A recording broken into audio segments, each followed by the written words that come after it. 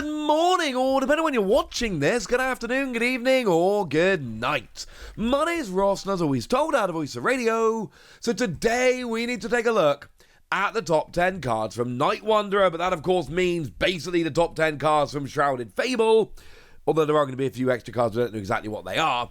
And look, this set's out in Japan. We've had a couple of weeks of tournaments.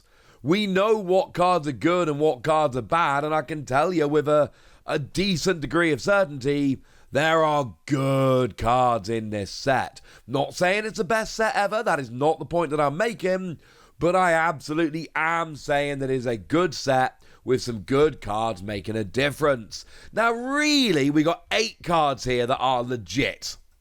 So coming in at number 10, I don't know, Okie Dokie and Monkey Dory EX. Let's go for those as a bit of a pair. The other Darkness type EXs, so to speak. These are fine, but they're not doing all that much. Now, weirdly, the one that's just not seeing any play that I can find, I'm not seeing winning decks for this, is Okie Dokie. I was convinced this was going to be a great card. For free energy, you do 260 if you're poisoned, and we got all the darkness support and all of that we're going to look at in a big bunch in this video. And I just thought all that was going to add up to a really good attacker. But the best I can tell you is, I have seen that darkness support. Seeing play with Hisuian Samurott winning smaller tournaments in Japan. And I haven't seen it for Okie Dokie. And when Hisuian Samurott is the one that's actually making waves despite having been terrible until now, I think that tells you what you need to know. As for Monkey Dory, it's free energy 190, it's a bit terrible, but Petulant is seeing a little bit of play, and this is a single prizer. If Petulant's in play, the ability says it only gives up one prize if there's a Petulant in play. So, Petulant EX. So you know what? Yeah, it's played as like a one-of in decks with Petulant. It's not great, but it's there. Now, coming in at number 9, we've got Petulant, although honestly, really, this has only seen play as far as I can see significantly in Hisuian Samurott decks, which are not the number 1 decks in the format. It's got the ridiculous ability, lets you switch a bench darkness Pokemon with your active, and then they get poisoned, but that's not the end of the world. And then 2 energy, 60 damage for each prize card your opponent's taken. A really, really, really good attack to clean up at the end of the game. I like this very much indeed. It's still seen a huge amount of play, but it's out there and it's doing fine. But in at number 8, we've got Haxorus, and I'm going to be honest with you, didn't have this on my list. Told you about Haxorus, made a video about Haxorus, did not think it was going to be as good as it is. Now, it's a stage 2, but the stage 2 doesn't actually matter. It's got an attack for a single energy that gets an automatic one-hit KO on the defending Pokemon if they have any special energy attached. It's played with Regidrago. Now, the reason this comes in at number 8 is because it's not played with every Regidrago. This is not an absolute must-play staple in every Regidrago deck list, but it is teched into some. Regidrago, remember, free energy, and you copy an attack, any attack from any dragon Pokemon in your discard pile. So the theory here is you discard a Haxorus fairly early on in the game, and at some point, if your opponent pops a Pokemon in the active that's got a special energy attached, he gone. Really nice little extra trick. Not played in every Regidrago deck, but it's out there and it's pretty good. In at number 7, we've got Cassiopeia. Now, this is another card which is occasional use, so to speak. We're not talking about some 4-of in every deck. It is generally a 1-of in some decks. It is not played in huge numbers. It is not played in every deck. But it is good, and it sees enough play to warrant being a bit excited about. You see, you can only use it if it's the only card in your hand, which is actually kind of annoying, honestly. But lets you search for any 2 cards. So you swap this only card in your hand for any 2 cards from your deck. Clearly it's not an every turn kind of thing, hence why we only actually see it played generally as a 1-of, and it's not for every deck, but there will absolutely be some times in some decks where searching any 2 cards is going to be good, where you can actually get to this being the only card in your hand, because that's another thing that's pretty important, and that's pretty good. Now, another card we're seeing a little bit of play here or there, in at number 6, is Neutral Center. Now, overall, the ace specs in this set are pretty bad. I'm not even telling you about the other two, they're terrible. But Neutral Center, not too bad. It is a stadium, and it basically says that non-rule box Pokemon cannot be damaged by Pokemon EX and Pokemon V. But if it hits a discard pile, it cannot be recovered. It's a one-time thing. And this is kind of awesome. Now, I've seen it pop up in a few decks, but the number one deck I've seen it pop up in is Great Tusk Mill. And I kind of get this, honestly. I'm not saying Great Tusk Mill is about to be the best deck in the format or anything like that, but I'm saying it makes sense in that deck. The whole point of a card like this is you can't just play it out early. Your opponent's going to just play their own stadium on top of it, or they're going to do something like play a Lost Vacuum to get rid of it, and it's going to be a waste. This is a card that, if you play it correctly, you'll play it when your opponent doesn't have an answer, and it sticks there for the rest of the game, and you put yourself in an auto-win position.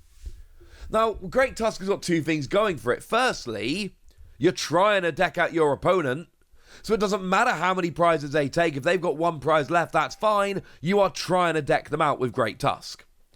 But also, you're constantly discarding cards on the top of their deck, which means you're going to hit a lot of their outs. And as soon as you've hit what you believe to be all of their stadium outs, all of their replacements, etc., then you play this and you're basically guaranteed to win the game. As long as you can get rid of all of their outs, you don't need to mill them out. You just need to mill all of their outs, all of the options to get rid of this, and then you play it and your opponent can't take any more prizes and you win. Now, obviously, if they've got non-EX, non-V Pokemon, then yeah, it's not going to work against every deck. It's not a perfect silver bullet answer, but it works enough that people are playing it. In at number 5, we've got Janine. That is a new supporter card that attaches 1 Darkness Energy to each of 2 of your Darkness Pokemon. And if you attach to the active, they get poisoned. Obviously, we need to mention Binding Mochi here. The Binding Mochi does an extra 40 damage if you're attached to a poison Pokemon. I'm not giving this its own spot on the list. This really is a card that is good with Janine and not good anywhere else. But it's great with this. And the combination of these two, you do extra damage, you get extra energy on the field. Even though it's not seeing as much play now as I might have thought it would, the potential here for the future is also completely off the charts. Now, in at number 4, we've got the new Kyurem. The new Kyurem's great. For 5 energy, you deal 110 to 3 of your opponent's bench Pokemon. But it's got an ability that says it attacks for a single colorless energy if your opponent has any card with Colress in its name in the discard pile. Now, generally speaking here, the only one that's likely to be there is Colress's Experiment from Lost Origin. And even if you play against Lost Zone decks, your opponent can go, ha ha ha ha, I'm not playing Colress and giving you easy access to this. Fair. But then if they don't play Colress, their deck is a lot worse. So either they give you access to Kyurem for a single energy, or they slow down their deck massively. Either way, that's a win for you. But this also is great in Regidrago. I told you Haxorus doesn't see play in every Regidrago list. This does. And it makes Regidrago a lot better. Those single prize decks that have been a bit of a pain for Regidrago, because you've basically got to attack with a 2-prizer every turn. Yeah, this can really help to even up some of those matchups. Kyurem makes a huge difference in Regidrago decks. It makes the deck significantly better, and it can just see play on its own. That's why it comes in at number 4. Now, you could switch number 3 and number 4 around, but at number 3, I'm putting Dusknoir. Again, if you want to switch these two around, I won't be upset. Although really, it's the entire line, but mostly it's Dusknoir and Dusclops. I'm showing you the James Turner artwork here, obviously, because they're amazing. And basically, what we've got here is Dusclops has an ability whereby you KO it, and then you get to choose one of your opponent's Pokemon and drop 5 damage counters on it. Or you can go Dusknoir, where you do the same thing, but you drop 13 damage counters onto one of your opponent's Pokemon. And it is all onto one Pokemon, you don't get to spread them around. That would make the cards even better.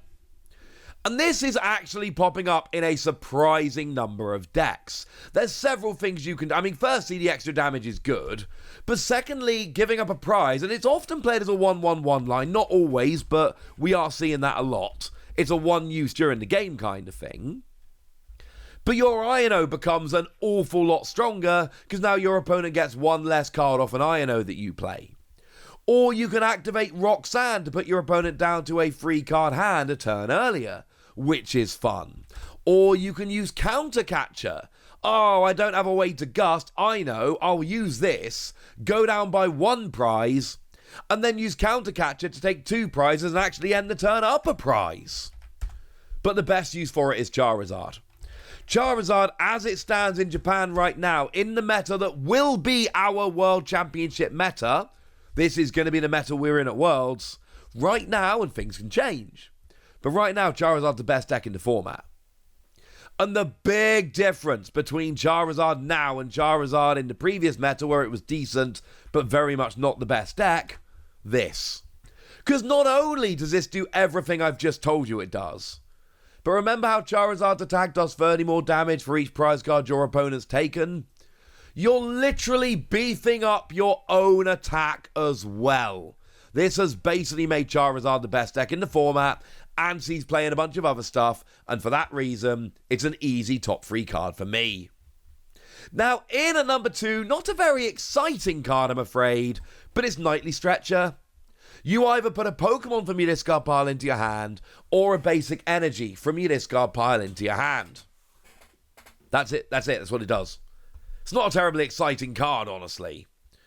But the thing is, it is seeing play in so many decks. Like, I have been trawling through dozens of Japanese winning deck lists, and this just keeps coming up over and over and over again. The fact that they go to your hand rather than your deck is huge because you can use them right away, but being able to reuse Pokemon, being able to guarantee you've got an energy, getting an energy back when there's none in your deck, there's a million different things this does. It is a great utility card. It is a great consistency card. It's not an exciting card, but it is absolutely the second best card in the set. But I feel pretty confident saying the number 1 card is Fezandipti. And again, these are a clear 1-2 for me. A clear 1-2 for me.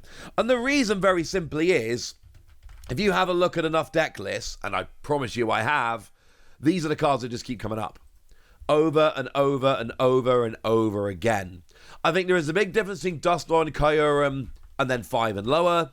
But I do think there is a big difference between 1 and 2, and 3 and 4. I think these are the top 2 by a mile. Now, the attack is actually not garbage. 3 colorless energy, and it does 100 to one of your opponent's Pokemon. Like, it's not good, but it's usable. But the ability is Oricorio's ability. If you had a Pokemon KO during your opponent's last turn, draw 3 cards. Simple as that. Now, it doesn't stack. No matter how many Fezandipti you've got, you're only using it once during your turn. That's fine by me. Because you know what? It's still there. And it's 3 extra cards a turn. Oricorio is great. This is great.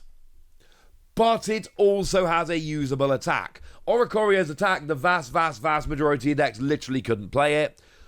This, you can use it. And you won't use it much. And it's not great. But you can use it, and that's the point here. I like this, and I really do think this and Nightly Stretcher, there's a bit of a difference between these and the others. But regardless, this is awesome. And I've told you what you need to know now. So now it's over to you guys. Tell me which cards you like from the set. Tell me which decks you think are going to be good at Worlds. Give me your own full top 10. Go nuts in the comment section. But be nice, would ya? And then make sure you like this video, subscribe to this channel, follow me on Twitter at Lawasi. That's where we talk about Pokemon and a whole bunch of other card games. And please do consider checking out patreon.com/PTCG Radio, where you can support the channel, get some bonus podcasts and all kinds of fun things. And get shout-outs on the channel like the lovely Chelsea Rose, who's been a supporter of ours for a while now and is a very lovely person. So shout out to them for the support and the loveliness. But by far the most important thing as always, look after yourselves till next time, would ya? Thank you very much for watching. My name's Ross, and you've been watching PTCG Radio.